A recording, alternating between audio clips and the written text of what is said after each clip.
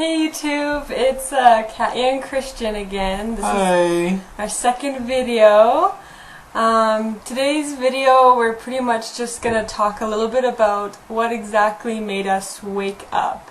That's the big question, right? Because we were really busy Jehovah's Witnesses. So what exactly made us wake up? And I think he'll kind of explain a little bit of it because he's the one who started waking up first. Yeah. So pretty much we were working towards serving where the need was great. So we were in the Spanish hall, and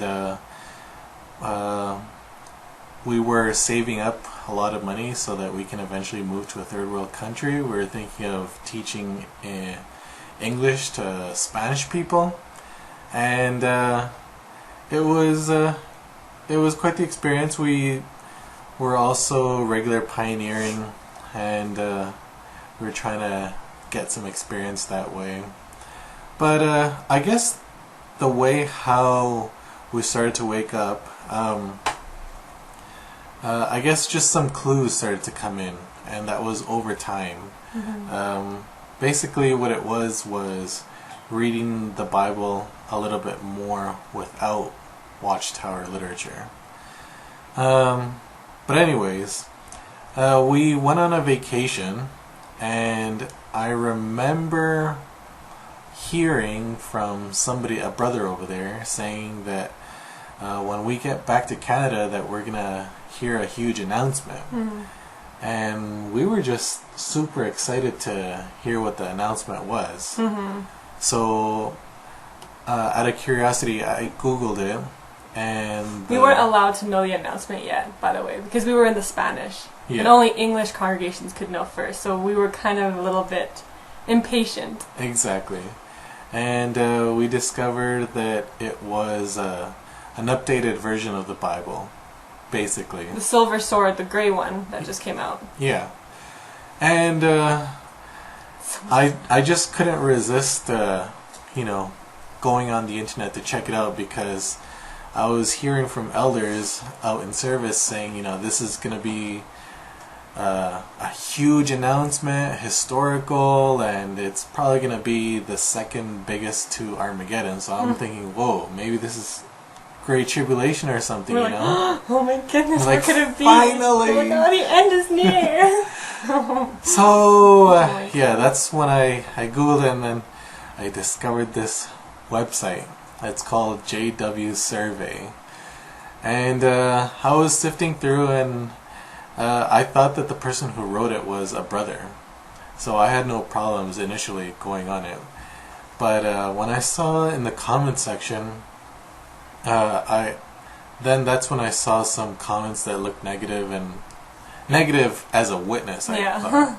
And basically, they were saying some things like it's a cult and things like that. And I just didn't pay attention, but I was happy to see it was a new, updated version of the Bible. Mm-hmm. Anyways, so that's how we knew.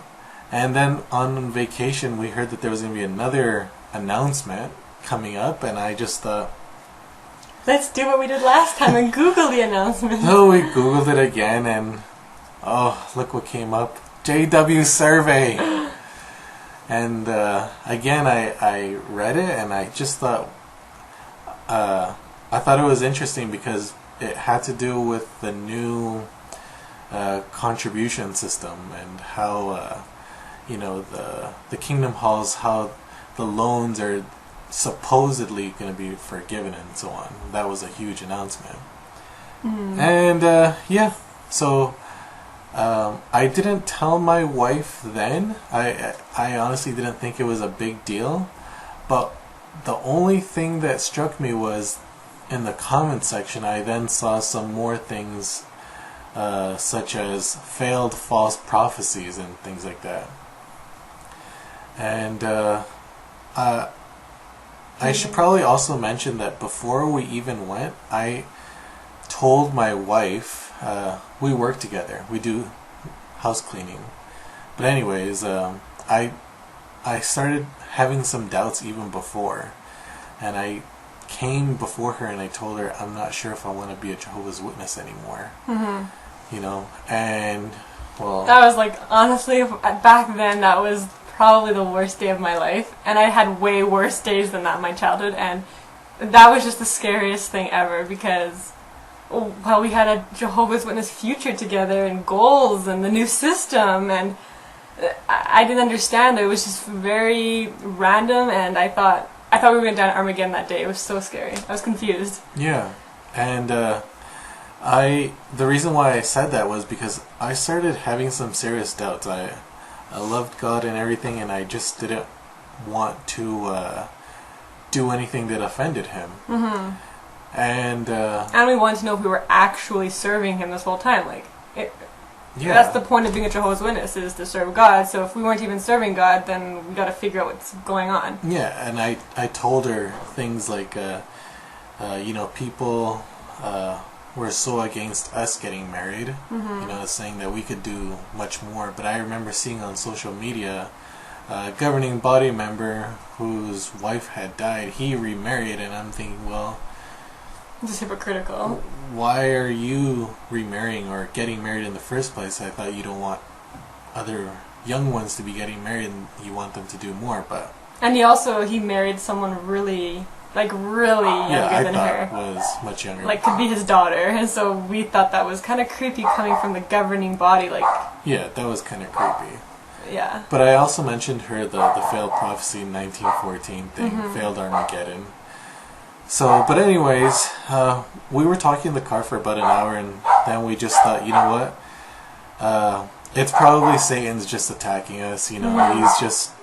We're not spiritually strong. We got to do even more. Yeah, we try to convince ourselves that we have to rely more on Jehovah, and just these things will be answered in the new system. It really confused us, and something was telling us it wasn't right, but we kept thinking we have to be more humble, and we don't understand everything right now. Yeah. Like, we just didn't want it to be real. We just wanted to kind of push it away. I even tried to, like, strengthen my faith by downloading all the Watchtower Kingdom melodies, and at work I'd be listening, singing to them. Yeah, but that only went so far. Yeah, that didn't work. Because what we knew kept popping back up. Like, it didn't make sense. Like how can they... The failed prophecies was a huge thing. Like, especially when we saw... I think it's in Deuteronomy. Yeah. In the Bible, where it says, like, what makes a false prophet. Yeah. And a false prophet is someone who says something is going to happen in God's name, and then it doesn't happen. They're a false prophet. And we realized Jehovah's Witnesses obviously speak for God. Yeah. And they had made all these prophecies for the end of Armageddon. They never make it. And they never happened. Yeah. Not just once, like many times. Many times. So we couldn't make an excuse for that. How are you going to get around that? Yeah. And then when we came back from vacation, we had our assembly, and we were all excited and everything. We got a new suit. And a new, like a briefcase, you know. A new dress below the knee. And little did we know it was the last meeting we would ever have. And we had a really good assembly. It was really nice. Everyone was really kind to us and everything. We really loved the brothers. Yeah. We still call them brothers, but... anyways... they can be our figurative brother now. Yeah. They don't have to be spiritual brothers. Exactly. And... But then, after that, I don't know if there was an announcement or something, but I checked again on the Google, and again, JW Survey was the first website that popped up that was most relevant. And that's when I discovered something to do with the Watchtowers Association with the UN. And that just... That made everything snowball. That freaked me out, but I didn't believe it. You know, because I just thought these are apostate lies, so, you know, I'm not going to let everything go down the toilet just for some lies. But I wanted to make sure for myself. So I did an investigation, and I did discover that, yes, they actually did. They were members of the United Nations for 10 years. And I was just shocked because... I follow the news all the time, and I was looking to see on world events, you know, when is the Great Tribulation going to happen? and I thought it was going to come so close, and here we discover that, oh, actually they were part of the UN, and all Jehovah's Witnesses know what that means, right? What the UN is to the Watchtower. So that it was a huge shock, and from there on I started to discover other things such as sex, child sexual molestation, cover-ups, and things like that, and it was horrible. Like after the United Nations thing was definitely the thing that really got our attention, because that's just something we've been taught our whole life what the United Nations meant, and for them to be with them is just does not make any sense. It's wrong, right? So that was probably the thing that was like, okay, we gotta actually figure out what's going on here. And so we didn't go to any more meetings. We just had to figure out what was going on. We couldn't do both, so we just stayed home and we researched and watched YouTube videos and looked at artifacts and looked at everything. The more we researched, the more we discovered a mother load of false prophecies and things that didn't come true. And we'll discuss it on the next video, but basically these are things that you never know as a Jehovah's Witness because they never tell you. It's not in their normal Watchtower and Awake articles. Yeah. This is stuff that they don't tell you, or it's old publications, 60 years back, that we don't have anymore.